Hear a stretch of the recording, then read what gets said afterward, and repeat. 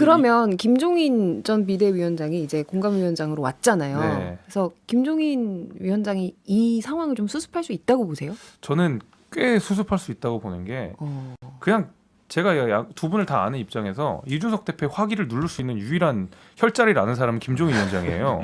그래서 화기 네. 내면의 화요? 네, 그거는 이제 딱 혈자리를 김종인 위원장은 알고 계실 거고 김종인 위원장은 무조건 되는 선거를 치르시는 분입니다. 그러니까 예를 들면 이준석 대표가 지역구에 출마한다, 뭐 천하람 위원장이 지역구에 출마한다 이런 얘기들이 많지만 김종인 위원장이 판단하기에 이거는 선거에 도움이 안 된다 그러면 이준석 대표를 진짜로 비례대표를 넣을 수도 있는 거고 내지는 지금의 소란이 선거에 도움이 안 된다고 하면 가장 강하게 딱 입을 틀어막을 수 있는 사람이 김종인 위원장이기 때문에 틀막 하시는 겁니까? 그렇죠.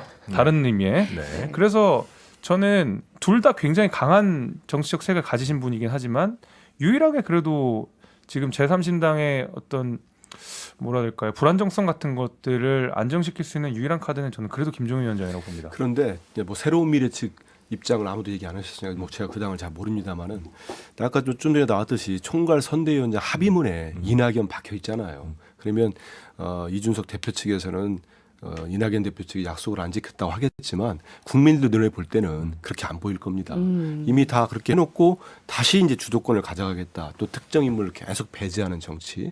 이 모습이 저는 양쪽 다 크게 손실을 봤다고 봐요. 왜냐하면 국민의힘이나 우리 민주당이나 양당에 대해서 좀 만족하지 못하시는 분들이 제3지대가 좀 모였으면 좋겠다고 요구했던 거 아닙니까? 근데 지금까지 드러난 모습은 양쪽이 다 폭로하는 내용들, 공개하는 내용들 보면은 뭐 이런 구태가 없을 정도로 비판받을 여지가 많아요. 그래서 이건 다 손해봤다고 보고 상당히 앞으로도 결정적 계기가 오지 않으면 쉽지 않겠다. 그래서 그 결정적 계기를 만든 게 지금 이제 김종인 위원장의 등판인데 제가 이분 언론사 있을 때 인터뷰도 했어요. 인터뷰도 하고 나름 이렇게 뭐 얘기도 나눠본 적이 있는데 통찰력도 있고 결단력도 있고 상당한 능력을 가지셨더라고요. 근데 그래도 저는 보는 게 좀 쉽게 가지 않겠나 했는데 왜냐하면 예전에 민주당과 국민의힘에서 이분이 이제 비대위원장으로서 선거를 잘 이끌었잖아요. 성공 신화가 있는데 그래도 그건 기본적으로 토양이 필요한 거예요. 어떤 지지율도 있고 어떤 인적 자원도 있고 근데 뭐 천 위원장이 인재가 아니라는 게 아니고 상당히 선거에 출마시킬 만한 많은 풍부한 인재들이 필요합니다. 근데 과연 개혁신당이 또 쪼개진 상태에서 그런 분들이 좀 있을까? 그래도 아무리 전권을 쥐었다고 해도 그게 국민들께 얼마나 이미 상처를 많은 받은 상황에서 저는 약간은 회의적입니다. 그러니까 아무리 성공신화의 김종인이어도 이번에 개혁신당에서 조금 어려울 것 같다 이런 관측을 해주신 거고.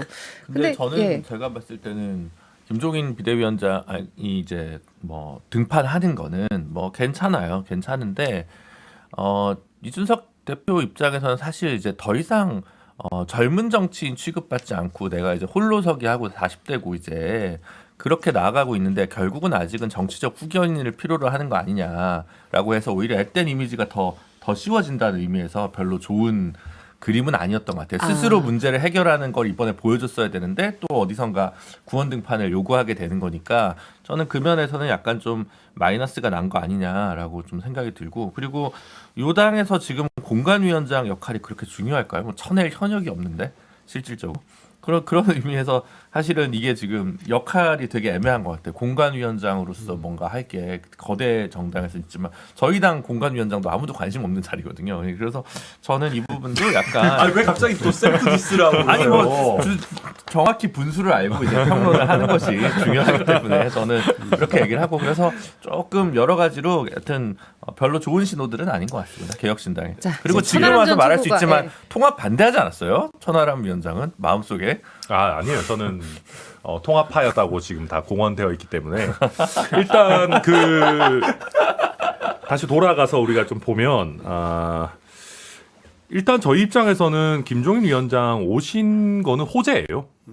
무조건 호재고 저희 개혁신당 입장에서 일단 언론의 이슈가 된다라는 것만 해도 주목도가 확 올라가고 그럼요. 이제 스피커가 사실 이준석 대표에게 너무 의존하고 있었고 근데 이제 어떻게 보면 약간 뭐 쌍포로 나갈 수 있는 뭐 좋은 뭐 이제 여건이 된 거고요.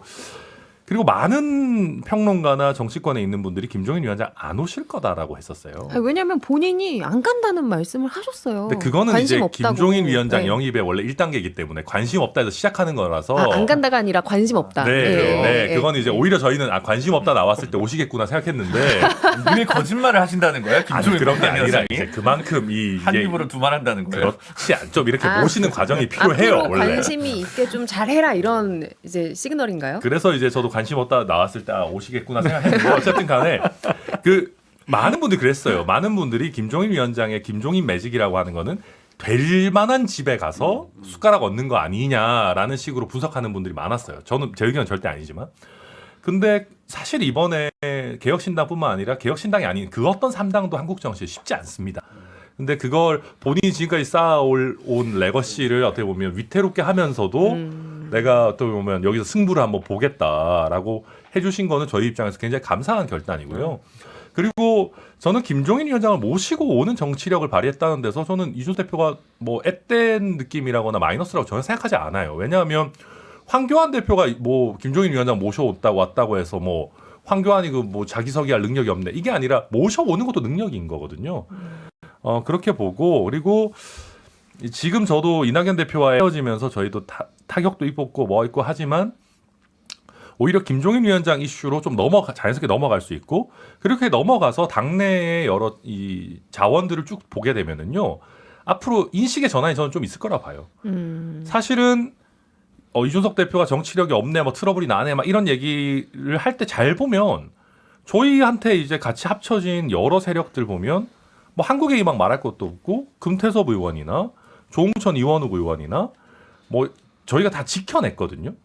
그러니까 그런 게 이제 저는 나름대로 이낙연 대표가 이탈하신 게 되게 뼈 아프지만 그 외에 기타 세력들을 김종민 의원 정도의 이탈만 이렇게 저희가 하고 양정숙 의원까지 포함해서 저희가 지켜냈고 거기에 김종인 위원장까지 오셨다라고 하는 것이 저는 나름대로 이거는 한국 정치 새로운 스펙트럼을 좀 보여줬다 이런 평가. 그렇게까지 하기에는 저희가 더 잘해야 되고요. 네, 일단은 저희가 좀 안 좋은 이 이낙연 대표 이탈이라고 하는 이슈를 잘 정리하고 넘어가는 수순이다 정도로 저는 평가합니다. 일각에서는 이런 추측들도 하더라고요. 그러니까 이낙연 대표와의 결별의 배경에 김종인 위원장이 있다.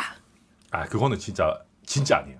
진짜 아니에요. 진짜 아니에요. 뭐 거실 거예요? 스타벅스 커피 거실 거예요? 뭐 그 정도는 걸 수 있어요. 그거 뭐 특별히 그거는 거짓말 할 때도 걸 수 있을 것 같은데 그 정도는. 근데 이제 전사에 전사는 좀 힘드네요. 근데 이제 실제로 그 뭐 둘 중에 한 분을 꼭 이렇게 정해야 되는 그런 국면은 아니었고요. 그러니까 이낙연 대표 쪽에서 오히려 김종인 위원장을 추천한 면도 있었고 그리고 김종인 위원장 제가 아까도 말씀드렸지만 안 된다라고 시작하더라도 또 같이 설득해 나가다 보면 또 되는 부분들이 있었기 때문에 저희가 이낙연 대표냐 김종인 위원장이냐 둘 중 하나를 선택해야 되는 그런 국면은 전혀 아니었다. 말씀드릴 수 있습니다. 알겠습니다. 네. 그러면 이제 김종인 전 비대위원장이 지금 공관위원장으로 오신 거잖아요. 네. 그러면은 이준석 대표와 천하람 전 최고한테는 어디로 출마하라고 조언을 하실까요? 아직 저도 얘기를 못 나눠봐서. 그럼 네. 어디로 출마하고 싶으세요? 저는 순천 출마하고 싶습니다. 네. 이준석 대표는 어디로 가고 싶다고 하던가요? 지금 여러 곳을 좀 보고 있는 것 같아요. 이제 그냥 1차로도 노원이고, 근데 이제 그 외에도, 그 외에도 되게 뭐 수도권의 격전지들 위주로 좀 보고 계시는 것 같습니다. 요즘에 뭐 대구도 화성 포함한 것 동탄 이쪽 얘기가 나오더라고요. 뭐 반도체 벨트에 좀 도전을 해보겠다. 네, 저는 실제로 가능성 있다고 보는 것이 저희 이제 당의 주요 자원들이 이제 양양자 의원도 용인 그쪽이고 이원욱 의원도 아예 딱 동탄이고 그다음에 구영모 전 화성시장 후보도 이제 화성의 좋은 자원이거든요.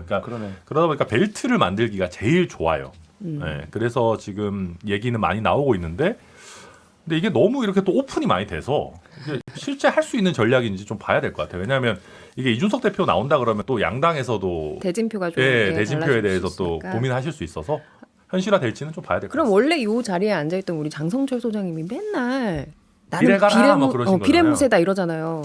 그 안은요?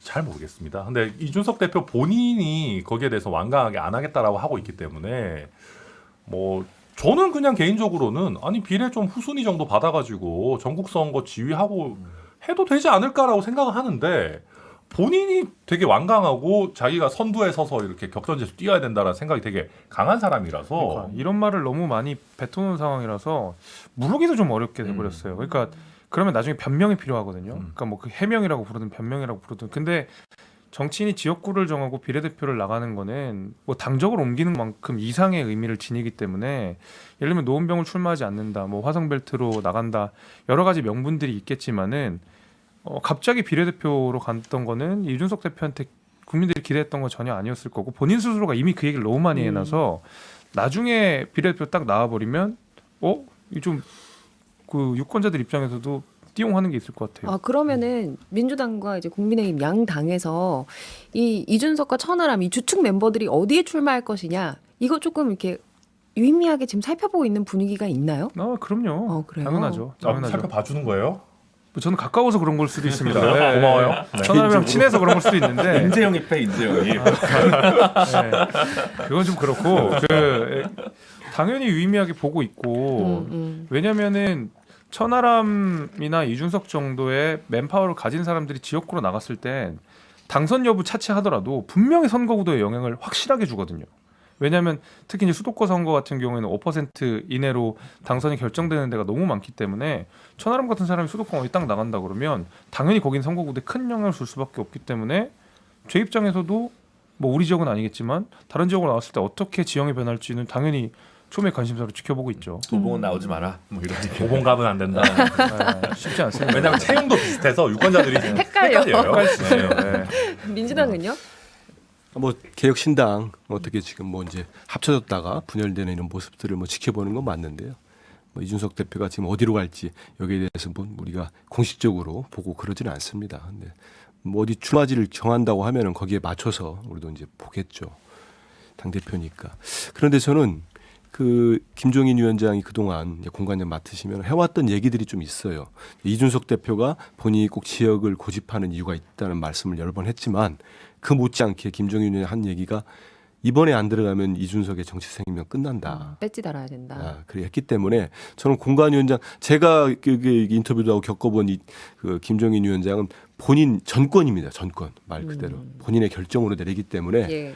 그 이준석 대표를 꼭 국회로 보내야 되겠다는 의지가 강하다고 하면은 이준석 대표를 설득하든지 어떤 식으로 저는 비례도 충분히 살아있는 카드같이 보여요. 비례는 예. 살아있는데 비례 몇 번이냐가 되게 애매한 거죠. 2번이라고 하면 되게 좀 그런 거를 예전에 우스워질 거고 그 기자할 때 보니까 네. 김종인 의원이 민주당 왔을 때 본인 그때 셀프 아주 입번했죠. 생일 순번 가지고 알지 않습니까? 네, 예. 그런 거 전혀 고려 안 하시더라고요. 그래서 딱 뭐 약속 아니면 자기 결정 하면은 딱 밀어붙이는 또 그렇게 해서 결과가 또 좋았어요. 좋았으니까 또 그게 다 넘어간 건데 그런 점들을 보면은 또 그렇게 모습을 보여야 지금 아까 우리 김 위원장도 얘기했지만은 지금 거기에는 무슨 이 김종인 위원장이 야당이든 여당이든 민주당이든 국민의힘 가서 보면 현역 의원들 많이 이렇게 컷오프도 하고 쇄신 모습 많이 보여줬잖아요. 근데 지금 개혁신당은 그런 만한 여지가 별로 없어요. 그래서 뭔가 주목도를 끌기 위해서는 김종인 위원장만의 어떤 카드가 여러 개 필요한데 저는 그런 것도 카드가 될 것 같아요. 그거는 되게 그럴 것 같아요. 저도 사실 계속 당에서 비례 하위 순번이냐 용산 출마냐 아니면 또 다른 지역구 출마냐 계속 검토 당하고 막 있거든요. 그래서 어떻게 하실 거예요? 아니 고민을 계속 지금 또 해봐야죠. 그래서 아마 뭐 골치 아플 거예요 이준석 대표도. 비슷한 입장에 그러니까요. 처해 있으시네요. 저희가 의석수가 더 많고요. 어. 지지율은 1% 떨어집니다. 지금 3등이죠.